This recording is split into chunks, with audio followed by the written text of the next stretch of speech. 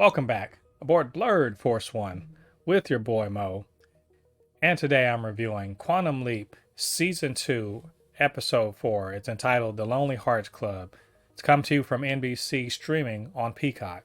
So, what did I think about it? And should you be watching? And before we get into the review, get down there and hit like on this video.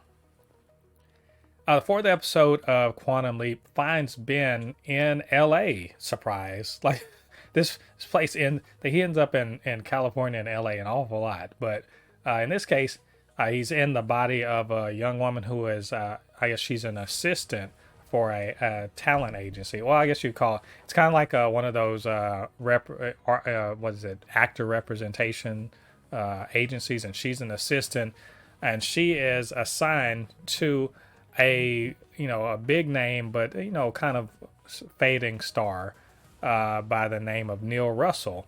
And oh, lucky day for Ben, because this is one of his favorite actors of all time, and he's seen like all of his work and everything like that, so he gets the fanboy or fangirl, I guess you could say, in this situation.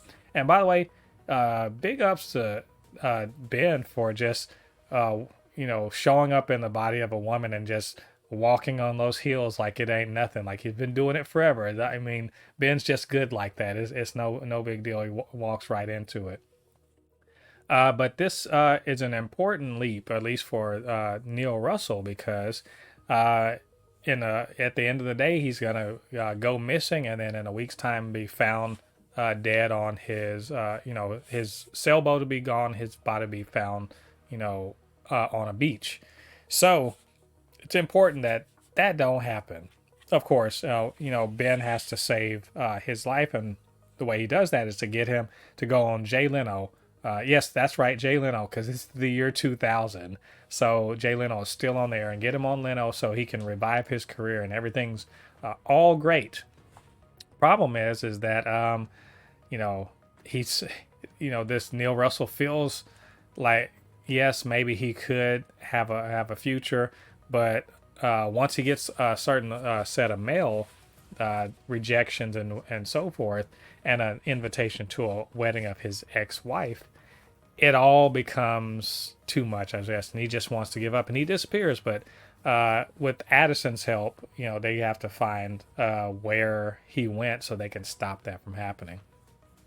Meanwhile, back at headquarters, Tom, he is, I guess you could say, he's the benefactor of Project Quantum Leap. So technically, he's in charge of the whole thing, and he's starting an audit of the whole place, because he wants to make a case to Congress, to the why they are still, or at least back in Washington, why they should continue to fund the entire place. And so that leads him to, a new set of eyes on the data leads him to ask Ian to look at why there are such huge power spikes whenever Ben is leaping. And that sets Ian on a bit of a code hunt, and he finds out something bad, which is that the chip that's, which I find it hard, just as an aside, why is it a chip?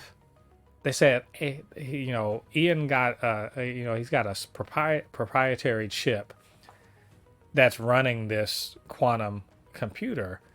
Why just one? Like, it seems awfully strange that just one chip, huh? But anyway, asking too many questions. Let's proceed. This chip has been leaking, source code for Ziggy to an external place, and this leads Ian to not confront, but he meets with his girlfriend. With their girlfriend. Ian meets with their girlfriend, which we saw her previously, Rachel, in the previous season. But this is not a great meeting, because we find out that Ian has been holding back the fact that Ben has been found, and that there's a relationship between Rachel's boss and Ian to get that chip, and that Ian basically is asking, like, were you aware that this is going on, and so forth. And there's just basically a blow up where where they don't give the information about Ben to Rachel, and Rachel's like, this is just another pattern of you not being completely honest, and you're always saying you're sorry, and you have a savior complex, but in this case it's not good. And it's unfortunate because I think Rachel and Ian together, they're a good couple, but there's a dysfunction there. So Ben and Addison, not the only dysfunctional thing, couple going on in this show. But this leads Ian to talk to Jen about the fact that this is happening and what can they do. They put their heads together. What can they do to sort of give themselves time to figure out how to circumvent this back door? Because now that Ben's back, this could lead Rachel's boss to figure out that they are in fact doing time travel. And so far, I don't know how. Somehow they've managed to keep the fact that Quantum Leap is a time travel project, a government project, under wraps. That seems like something that anyone with any kind of spies will want to know about. But you know what? Again, asking too many questions. So back in the Leap, it basically turns into I guess a proxy leap, if you will, where Ben is still feeling the sting of losing Addison. Really hasn't really had a chance to really fully process it, and sees in Neil an opportunity to sort of vicariously win the girl back, because Neil makes a fool of himself by going to his ex-wife's house before she's going to get married that day, and to try to win her back, and it basically gets told to get the hell out. But Ben takes the opportunity to be like, no, you gotta fight for her love, and we're gonna do all these things, whatever you think was gonna make it work for you guys. And it's very clear, and even to Addison, like, hey, you're doing this for personal reasons. We got to actually save this guy's life. And so once again, after the previous episode, we saw that friction between Ben and Addison, and we see more of it here, where he almost literally just like ignoring you, and I'm going to do what I want, and leave me alone. And no matter what nagging she does in his ear, it doesn't really change the fact that he's going to do what he's going to do, which is to try to help Neil get his ex-wife back. It leads to them to some silly situation. They go to a wax museum to get a tuxedo that he wore to their I guess their wedding before, or not wedding, on I guess a project they worked on, movie or something like that they worked on. And they get, almost arrested, but because he's a star and Ben's very smooth talking, they sort of talk their way out of it. But they still want to go and kind of crash this wedding and give her the speech, the ex-wife, the speech of Neil's life. But through all of this, out in the real world, they are looking through Neil's memoir to figure out what made this guy tick, and why would what was really going on with him, so they could give some clues to help to actually get him onto Leno and not onto that boat that leads to his death. And they, in so doing, they sort of figure out that he has a daughter by a woman that he had a relationship with 30 years prior, but had, after they broke up, they just went their separate ways, and his daughter he knew about, but just was never able to get her to kind of respond to him. And so Addison sees this as a way to get him, away from that boat. And Ben's still kind of pushing for this. And this all kind of leads, as they're still running around trying to, get all prepared to go crash this wedding. This leads to a very pivotal, a very strong, and in a way a little tough to watch. Not because it was badly acted, but because of what the subject matter is. But a difficult scene where Ben says what he feels, which is, I would have waited forever for you. I jumped into this machine to save your life. I did all of this stuff, and you couldn't wait 3 years. And he kind of has it out very, very heartfelt. And even though it looks like it might be a mic drop moment, it is not, because Addison gets to say her piece, And her piece is important. Her piece is that I did wait for you, and I had to bury you and give your eulogy, and bury all of our future and everything together. I had to go through all of that. I didn't want, I even tried to jump into the accelerator to see if I could get to you. And so I love this scene because it's not just that it's well acted. Caitlin Bassett doing her thing. She's really, really a good actor. And of course, Raymond Lee always he's delivering. This is really his vehicle. I really loved it because there's no real correct person here. Ben had good points. Addison had good points. They both, they're not necessarily wrong and not necessarily all right. And they needed to say these things to each other. It was good to see that. The realization when they finally kind of let the truth out and they weren't skirting around it. And so this leads her to sort of have to, not be around him for a while. And then, Ben goes off to kind of complete this wedding crash.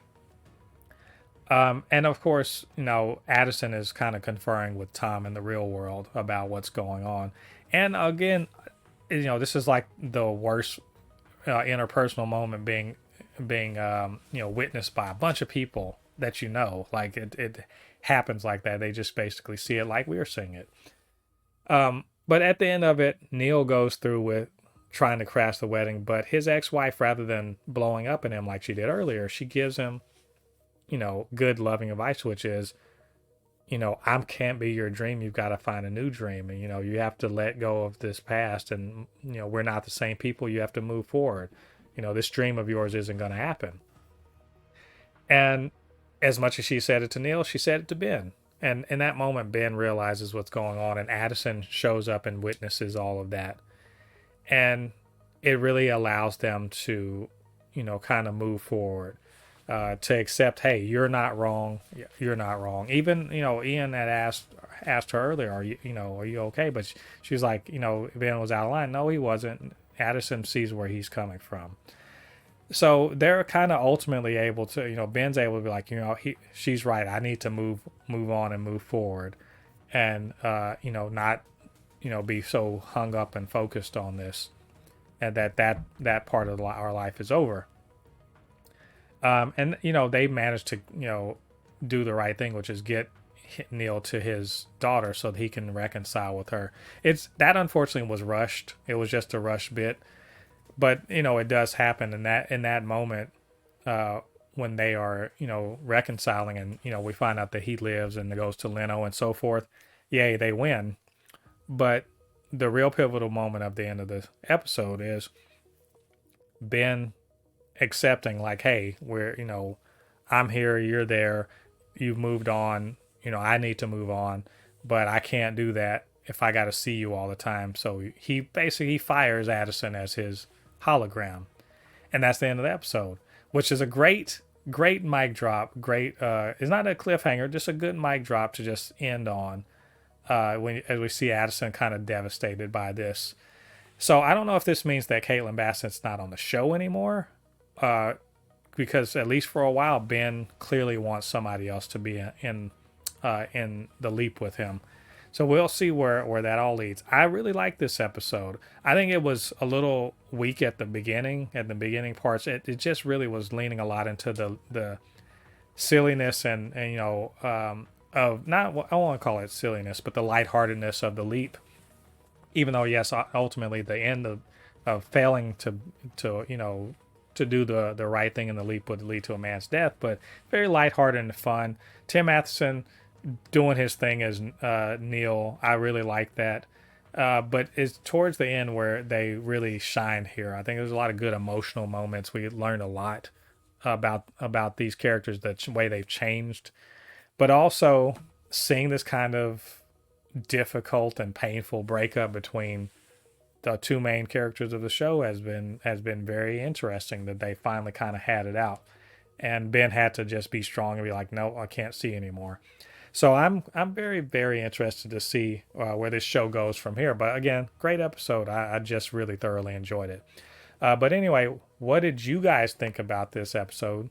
What do you think about what I had to say? Get down to the comment section, leave your thoughts there. And of course, you can always hit me up, supernotfunnyshow@gmail.com or at supernotfunnys1 on Twitter. While you're down there, do me a favor, hit like on this video, subscribe to the channel, hit that notification bell. All that good stuff helps to grow this channel, helps more people to see videos just like this. All right, thanks for joining me. Come back next week. We're going to be reviewing episode 5 of season 2 of Quantum Leap. Till then, I've been Mo, your commentator extraordinaire on all things pop culture, and I'll see you guys on the other side of the thread. Peace.